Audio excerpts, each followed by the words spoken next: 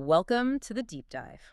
So you're here, the learner, and you've got a clear goal, right? Hmm. Want knowledge, you want it fast, but you also want it to stick, especially the kind of language you need for serious academic work. Yeah, moving beyond the basics. Exactly. Oh, Into that vocabulary that gives you real precision, nuance. that's the key.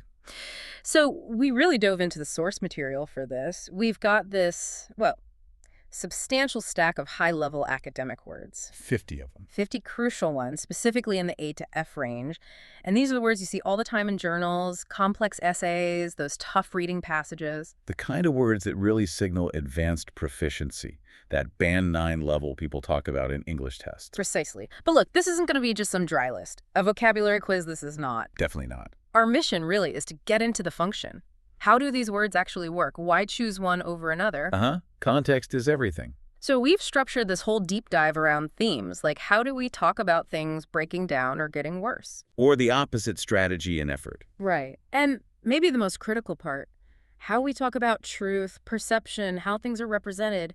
We really want you to have those aha moments for each word. Those clicks of understanding. Okay, let's unpack this. You know, what's fascinating here, I think, is that focusing on this specific set of words, it really is a kind of shortcut. A shortcut how? Well, these words, from cumulative right through to feudal, they aren't just fancy synonyms for simpler words.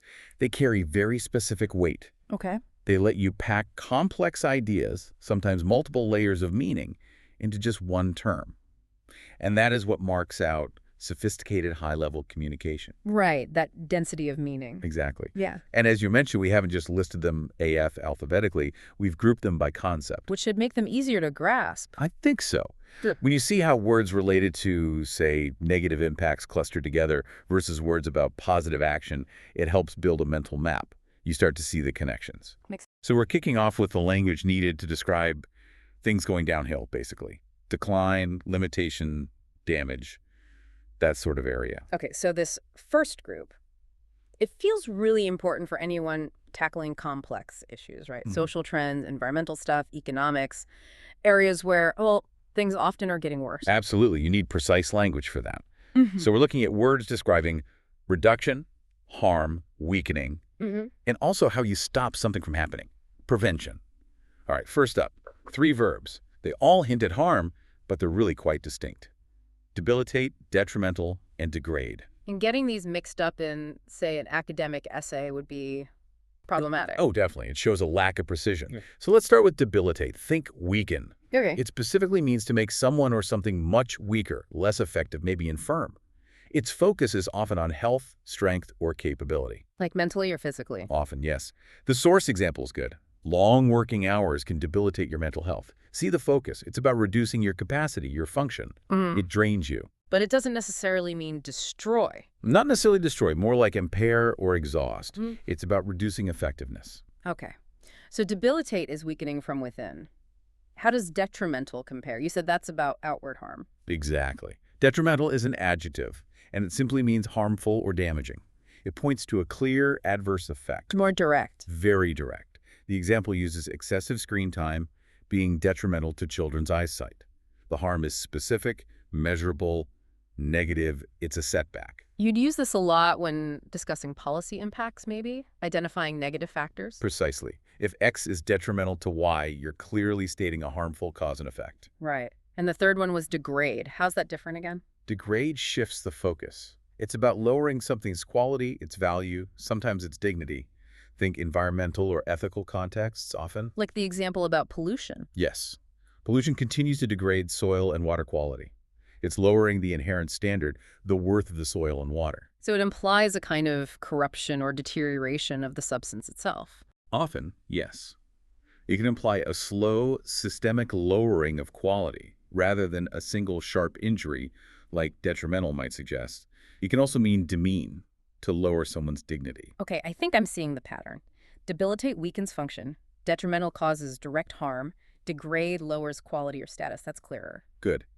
Now, still in this negative space, let's look at the process of things getting worse. 2 key words: deteriorate and exacerbate. Deteriorate feels passive, like something just sliding downhill on its own. That's a perfect way to think about it. It means to decline, worsen, or decay, usually progressively. It often implies that things are getting worse because nothing's being done to stop it. Like the air quality example. Air quality in cities continues to deteriorate. It's just happening. Exactly. It's a steady, often ongoing decline, maybe without one single dramatic cause. It's a natural process of worsening if left unchecked. But exacerbate. That feels active, like something is poking the problem. Yes, it's aggressive, as you said earlier. It means to make an existing bad situation even worse, to aggravate it, intensify it. So it doesn't start the problem, it just makes it more problematic. Precisely. The example was poor communication exacerbating workplace conflicts. The conflict was already there, but the bad communication poured fuel on the fire, made it much worse. Ah, okay. That distinction is vital for analysis, isn't it? Was the situation just deteriorating naturally, or did something specific exacerbate it? Critical difference. It points towards cause and potential intervention points. All right, moving from worsening conditions to making things smaller. Reduction and restriction. Yep. Let's look at two words focusing on reducing scale or amount. Curtail and dwindle. My first instinct is they're smaller. Both mean shrink, right? Where's the nuance for, say, an IELTS essay? The nuance is all about intention. Curtail implies a deliberate, often strategic act of reduction. Like a conscious decision. Exactly. It's a verb of control. You shorten or restrict something, often by policy or a specific choice. The example, the government decided to curtail unnecessary spending. They actively cut it back. It wasn't an accident. Precisely. It was a deliberate move to reduce a specific thing's spending. Okay, so how does dwindle differ? You said it was passive earlier. Right. Dwindle describes a gradual decrease, often as a result of external factors or overuse, not a direct decision. It's more of an outcome. Like the natural resources example. Sure. Resources are dwindling because of overuse. Perfect example. Society's actions are causing the resources to shrink, to diminish over time. The government didn't actively curtail them in this context. They are passively dwindling. So active intentional reduction is curtail, while a passive shrinking or fading away is dwindle. Got it. That distinction matters for assigning cause or responsibility. Absolutely vital. Now, sticking with control, let's look at preventing action. Deter versus dissuade. Both aim to stop something, but how? Deter feels external, like putting up a barrier. Exactly. Deter uses external pressure, often negative consequences, to discourage an action. Think of high fines used to deter traffic violations. The fine is the external barrier. Yeah. It makes you not want to do the action. It's structural, maybe legal. It hinders the action through an outside force. But dissuade works differently. It's more internal, more persuasive. It's like trying to talk someone out of something. Precisely. You discourage someone through argument, advice, maybe appealing to their reason or emotions. The example, trying to dissuade a friend from making a hasty decision. So you're not putting up a fine, you're using words, logic, persuasion. Exactly. The barrier isn't a rule. It's the strength of your argument. You deter with policy or consequence. You dissuade with reasoning or rhetoric. Wow. Okay, that whole segment. It gives you a really precise toolkit for talking about negative trends. The type of damage, detrimental versus debilitate, the cause of reduction, curtail versus dwindle, the method of prevention, deter versus dissuade. And using these correctly, that's what elevates your language. Yeah. It shows you understand the subtleties. That's pushing towards that high-band proficiency. It's definitely food for thought. Okay, so we know how to talk about things falling apart or being restricted. Now let's flip that. How do we talk about building things up? Strategy, effort, making things happen. Exactly. We're moving into the language of positive action. Planning, inventing, working hard, and managing resources effectively. Let's start with two verbs that scream careful thought. Deliberate and devise. Deliberate. I know it as an adjective, meaning intentional, like a deliberate foul in sports. Right. It means intentional, calculated, planned when used as an adjective.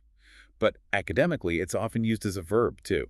It means to think about or discuss something very carefully and thoroughly before deciding. Ah, like the process before the action. Precisely. The source example highlights this. The team took a deliberate approach before launching the project. It means they didn't rush in, they weighed things up, considered risks, it was calculated. So the action springs from that deliberate thinking process. And often the result of that thinking is you need to devise something. Spot on. Devise is the creative spark. It means to invent, formulate, or design something, often cleverly or intricately. Like the engineers devising a smart solution for energy loss. That's the invention part. Exactly. You might deliberate on the problem of the energy loss, and then you devise the solution, the smart technology. One is careful thought. The other is the innovative creation that comes from it. Nice pairing. Okay, so you thought you've created the plan. Now you have to actually start. That brings us to embark and diligent. Yes, embark signifies the beginning, but usually for something significant. Not just starting breakfast. Haha, no. It means to formally start, commence, or launch a major project, journey, or undertaking. It has a sense of scale and importance. Like the ABB example. They embarked on a mission to digitalize industries. That sounds big long term. Exactly. It suggests a strategic, possibly resource-heavy start to a major goal. It's the starting pistol for something substantial. And once you've embarked, you need to keep going. That's where diligent comes in. Diligent is the adjective describing the quality of effort needed. It means hardworking, industrious, showing care and conscientiousness in one's work, attentive. We often hear this about studying, right? Diligent preparation for exams like IELTS. A classic example. It's not just about working hard, but working carefully, consistently, with attention to detail. It's focused, sustained effort. And you mentioned linking this back to cumulative. Yes, perfect link. Because success, especially academic success, rarely comes from one single burst of diligent work. It's the cumulative effect. Meaning, it all adds up. Exactly. Cumulative means increasing or growing by successive additions. The final result includes everything that came before. Your final grade is the cumulative result of all your diligent daily practice since you first embarked on your studies. Ah, I see the sequence. Embark. Start big. Be diligent. Work carefully. Achieve the cumulative result, the total outcome. That makes sense as a narrative. It really does. Initiation, maintenance, outcome. Okay. Strategy and effort often involve resources. Let's get practical now. Maybe talk money and possibility. Expenditure and feasible. Good focus. Expenditure is the formal academic term for cost. Not just spending. Right. It's the expense, the outlay, the consumption of resources, typically money, but could be time or energy too. The example of a corporation reducing unnecessary expenditures to save costs is standard business and economic language. It sounds more official, more measured than just spending. It does. It's the preferred noun in formal reports, budgets, financial analyses. Okay. And when you're planning these expenditures, you need to know if the player is actually possible, that's feasible. Exactly. Feasible means achievable, workable, viable. Can it actually be done? But you noted we should expand on that. Feasibility isn't just, can we afford it? Right. No, not in serious project analysis. A plan being feasible usually implies it passes several checks. The source highlights two key ones. Okay. It needs to be technically feasible, meaning the technology or method actually exists and works. Right. Can we physically build it or do it? And it also needs to be cost-effective or economically feasible, meaning the benefits justify the expenditure. Does it make financial sense? Sometimes operationally feasible is also considered, do we have the people and processes? So saying a plan is feasible in an academic or business context is actually making a strong claim. It means it's past these initial reality checks. Precisely. If a proposal isn't even feasible, there's no point discussing it further. It's a gateway criterion. Okay, makes sense. Now, two more verbs in this section. Enhance and enumerate. These seem related to improving and detailing. They are. Enhance is a great, strong verb for improvement. It means to boost, increase, or strengthen something. Usually it's quality, value, or effectiveness. Like the ABB technologies enhancing industrial efficiency, making it better functionally. Exactly. It signals a positive impact, an upgrade. It's often the result you hope for after diligent work and careful planning. And once you've achieved that enhancement, you need to report it clearly. Is that where enumerate comes in? Yes. Enumerate means to list things one by one, to specify, itemize, or count them out clearly. Like in a report, we identified 5 key factors and then listing them 1, 2, 3, 4, 5. Perfect example. Academic and technical writing demands clarity and structure. The ability to enumerate your points, reasons, or findings shows logical organization. It forces you away from vague statements like, there were several reasons. Be specific, list them out, enumerate them. Exactly. Okay, this next segment, I think this is possibly the most crucial for developing real critical thinking skills. Why is that? Because it gives you the vocabulary to talk about information itself, how we interpret it, how it's presented, how we judge it, whether it's true or misleading. Right. We're starting with what you called the battle for clarity. Decipher, distort, and deceptive. Sounds like the toolkit for a healthy skeptic. Really is. First step, decipher. What does that mean beyond just decoding a secret message? Good question. In academic terms, it means to interpret or make sense of something that's complex, unclear, or obscure, not necessarily secret, just difficult. Like students needing to decipher complex academic texts. Exactly. It's not just about understanding the individual words, it's about figuring out the underlying meaning, the author's intent, the structure of the argument. It's active intellectual work to extract clarity from density. Okay. But as soon as you start interpreting, you need to be wary of distortion. Yes. To distort is to twist, misrepresent, or falsify information, to change it from its true form, usually to suit a particular purpose or agenda. Like the media example. Facts sometimes get distorted to grab attention or push a narrative. Classic case. In our own academic work, we have to be careful not to accidentally distort source material through misunderstanding or selective quoting. It's about faithful representation. And if something is distorted, it can become deceptive. It certainly can. Deceptive is an adjective. It means misleading, giving a false impression, dishonest in appearance. And the crucial point you made earlier, something can be technically true but still deceptive. Exactly. That's key. Statistics are a prime example. A graph might accurately show a rising trend, but if it starts from a manipulated baseline or omits crucial context, it can be utterly deceptive about the real situation. So deceptive is often about the misleading presentation or frizzling of information. Even if the raw data isn't strictly false, it plays on perception. And this ties right into controlling information flow. We have disclose and explicitly. If information is being hidden, Someone is refusing to disclose it. Disclose means to reveal, expose, make known something that was previously secret or private. like the company refusing to disclose its financial details, that's an active withholding of information. Hiding the truth is a deliberate choice. And the opposite of that, the antidote to hidden information, is being explicitly clear. Right. Explicitly is an adverb. It means stating something very clearly, directly, and fully, leaving no room for doubt or ambiguity. Like rules being explicitly stated in the student handbook. No guesswork allowed. Exactly. So you have this tension. The refusal to disclose versus the commitment to being explicitly clear. That contrast is fundamental when you're analyzing transparency, honesty, accountability. Okay, shifting from the information itself to the people involved. How we judge their behavior, their stance. Let's start with demeanor and defiant. Right. Demeanor. This is a formal noun for someone's outward behavior, their manner, bearing, or attitude, especially how it comes across to others. Like the example of the candidate whose calm demeanor impressed the examiner. It's about the impression they make through their behavior. Exactly. It's the overall way they carry themselves, the vibe they give off. Poise, composure, attitude, it all feeds into demeanor. Often very important in interviews, presentations, high-pressure situations. So if calm and composed is a positive demeanor in many academic settings, what about defiant? That sounds like the opposite. It often is. Defiant is an adjective. It means showing open resistance, bold disobedience, challenging authority or accepted norms. Like the defiant tone of a writer challenging traditional views. They're refusing to just accept the status quo. Precisely. It implies a conscious choice to resist or oppose. It can be seen as negative, disobedient, or positive, courageous, principled resistance, depending on the context. It's a strong word for describing pushback. And these attitudes, composed or resistant, often lead to public statements. You pair denounce and endorse, polar opposites. Very much so.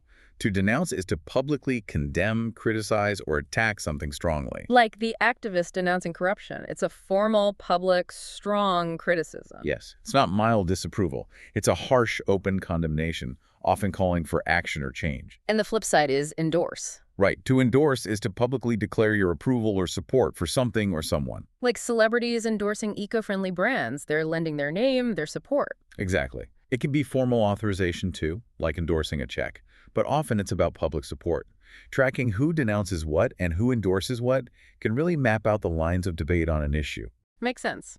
Okay, last pair in this subsection. Depict and evaluate.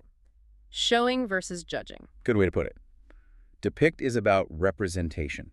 It means to portray, illustrate, or describe something, often in words or art. Like the novel vividly depicting life in rural Bangladesh, it's painting a picture with words. Exactly. The focus is on the description, the portrayal, how something is shown. And after something has been shown or presented, the next step is often to evaluate it. Very often, especially in academic work, Right. to evaluate is to formally assess or judge the value, quality, importance, or condition of something, usually against a set of standards or criteria. Like examiners evaluating essays based on structure, clarity, use of evidence. Perfect example. Evaluation isn't just giving an opinion, it's a structured assessment based on explicit, is that word again, or implicit criteria. It's a formal judgment process. Okay, wrapping up this segment on perception and reality, let's look at measuring differences and having freedom to choose. We have disparity, diverse, and discretion. Right, let's start with disparity. This noun is really key in social sciences, economics, health studies. And it usually signals a problem, right? Not just any difference. Almost always.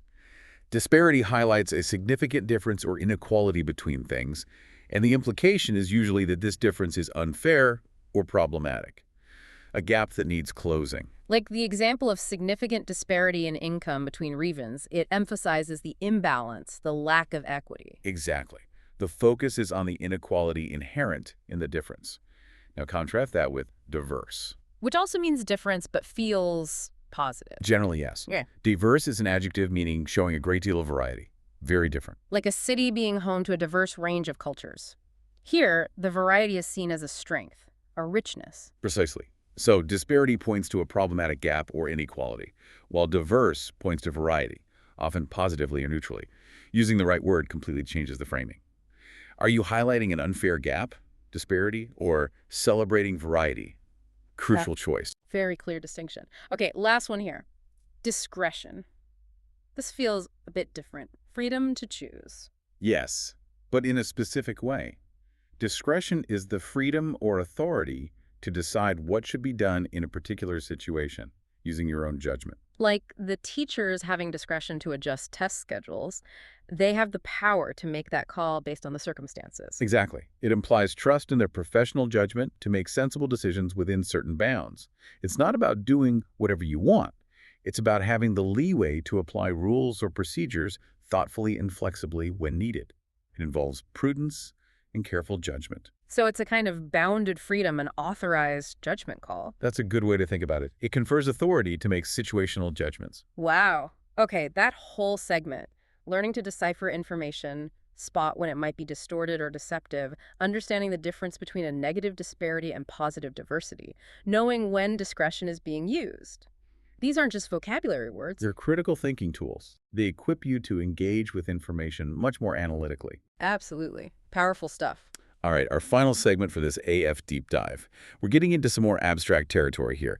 We'll be looking at words that help define top quality, how we verify knowledge, how we describe things that are unpredictable or difficult, and finally, words about ultimate outcomes. Okay. Abstraction and finality. Sounds like a strong finish. Let's start with quality and status. We've got eminent, exemplary, and you threw in dazzling here too. Let's distinguish eminent and exemplary first. Eminent is all about reputation and standing. Like famous and respected. Exactly. Distinguished, renowned, notable within a particular field. The example. Yeah. A seminar led by an eminent scientist. It tells you about their high status and credibility in the scientific community. Okay, so eminent is about the person's rank or fame. How is exemplary different? It also sounds like high quality. It is high quality, but exemplary describes the action, the behavior, or the thing itself. It means serving as a desirable model, representing the best of its kind. Ideal, admirable, outstanding. Like the leadership example. Her leadership was exemplary. It's judging the quality of her leadership actions, not just her fame. Precisely. Her leadership serves as a model for others. It's about the standard of excellence demonstrated.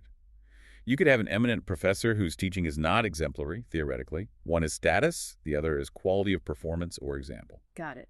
And dazzling, where does that fit? It sounds even more impressive. It is. Dazzling means extremely impressive, brilliant, stunning. It's usually reserved for a performance, a display, or an achievement that really stands out as exceptional. Like the student giving a dazzling performance in the speaking test. It's not just good, it's brilliantly impressive. A real wow moment. Exactly. It marks something as truly outstanding, beyond just competent or even excellent. Okay. So we have these high standards, but how do we know if the claims made by, say, the eminent scientist are actually true? You mentioned empirical evidence. What does that mean, really, in practice? Good question. Empirical means based on, concerned with, or verifiable by observation or experience, rather than theory or pure logic. So based on real-world data, experiments, observations. Exactly. Practical, factual, evidence-based. When a study provides strong empirical evidence for a hypothesis, it means they've gathered data through observation or experiment that supports the claim. It's not just an idea, it's been tested against reality. This is like the foundation of scientific method, Yeah. right? And rigorous social science, too. Absolutely. Empirical evidence is the gold standard for validating claims in many academic disciplines. It grounds theory in observable fact. And the purpose of gathering all this empirical knowledge is often to enlighten people. That's often the goal, yes. Enlighten means to give someone greater knowledge and understanding about a subject or situation. To inform, educate, illuminate. Like the documentary aiming to enlighten viewers about climate change, sharing that complex, hopefully empirical understanding. It's about shedding light on a topic, increasing awareness and comprehension. Now, sometimes you need to draw information out, or maybe feelings. We have elicit and evoke. How do they differ? They're related but distinct. Elicit is more direct, more active. It means to evoke or draw out a response, answer, or fact from someone. Like the interviewer trying to elicit detailed answers. They're actively prompting, trying to extract specific information. Exactly. There's often a deliberate technique involved to get a particular kind of reply, usually factual or detailed. Whereas evoke feels less direct, more about feelings or memories. That's generally right. Evoke means to bring or recall a feeling, memory, or image to the conscious mind. Like the old song evoking memories of childhood. It triggers something internal, often emotional or nostalgic. Precisely. You elicit information or a specific reaction. You evoke a feeling, a memory, an atmosphere, an image. One is more about extraction, the other about resonance or recollection. Okay, shifting gears slightly, let's talk about things that are hard to grasp or achieve and things that are unstable, starting with elusive and futile. Elusive. That means hard to catch, hard to find. Yes. Difficult to find, catch, or achieve. Evasive, slippery, mysterious sometimes. The example. True happiness often seems elusive in modern life. It's something people chase, but it's hard to pin down or hold on to. So if something is elusive, does that automatically mean chasing it is futile? Good question. Not necessarily. Futile means pointless or useless, incapable of producing any useful result, ineffective. Like the example, arguing with biased people often proves futile. It achieves nothing. Exactly. So the difference is key. An elusive goal is difficult, perhaps very difficult to achieve. But a futile effort is inherently doomed to fail or produce no meaningful outcome, regardless of how hard you try. So climbing Mount Everest might be elusive for most of us. Very difficult. But trying to fly by flapping your arms is futile. Pointless. Impossible. Perfect distinction. Difficulty versus inherent pointlessness. Okay. Now for instability, erratic and fluctuate. Both suggest unpredictability. They do, but in different contexts. Erratic usually describes behavior, performance, or movement that is inconsistent, unpredictable, irregular, not following a standard pattern. Like the student whose attendance was erratic. Sometimes there, sometimes not, no clear reason. Often relates to people or maybe machines acting up. Yes, behavior or performance is a common context. Now, fluctuate is typically used for things that can be measured levels, prices, numbers that vary or change frequently and irregularly, to rise and fall, to oscillate. Like oil prices continuing to fluctuate. They go up, they go down unpredictably. Exactly. You wouldn't normally say a person's attendance fluctuates, though you could. Sounds a bit odd. You'd say it's erratic. And you wouldn't usually say a person's mood is fluctuating, though, again, possible. But erratic might fit better if it's unpredictable changes. Fluctuate is more common for metrics, markets, quantities. So erratic for unpredictable behavior patterns, fluctuate for unstable measurements levels. Got it. Good. Two more slightly odd ones here, eccentric and entailment. Eccentric. That means weird, but maybe in a harmless way. Pretty much. Odd, unconventional, slightly strange, peculiar. Often used for people and their habits, but not usually in a negative or threatening sense. More like quirky. Like the professor with eccentric habits making lectures memorable. A bit unusual, but maybe interesting. Exactly. It describes a deviation from the conventional norm, often endearingly so. Okay. And entailment. That sounds more formal, logical. It is. Entailment refers to something that is involved as a necessary part or consequence of something else, a requirement, an implication. Like the job entailing travel and coordination. Those things are necessary parts of the job description. Precisely. In academic arguments, particularly logic or philosophy, entailment refers to a necessary logical consequence. If A is true, then B is an entailment. It must also be true. More generally, it just means involves as a necessary part. You use it to formally state requirements or consequences. All right, bringing it home. The last few words deal with definitive actions or origins. We've got eradicate, divert, and derive, Okay, eradicate. This is a very strong, very final verb. meaning wipe out completely. Yes.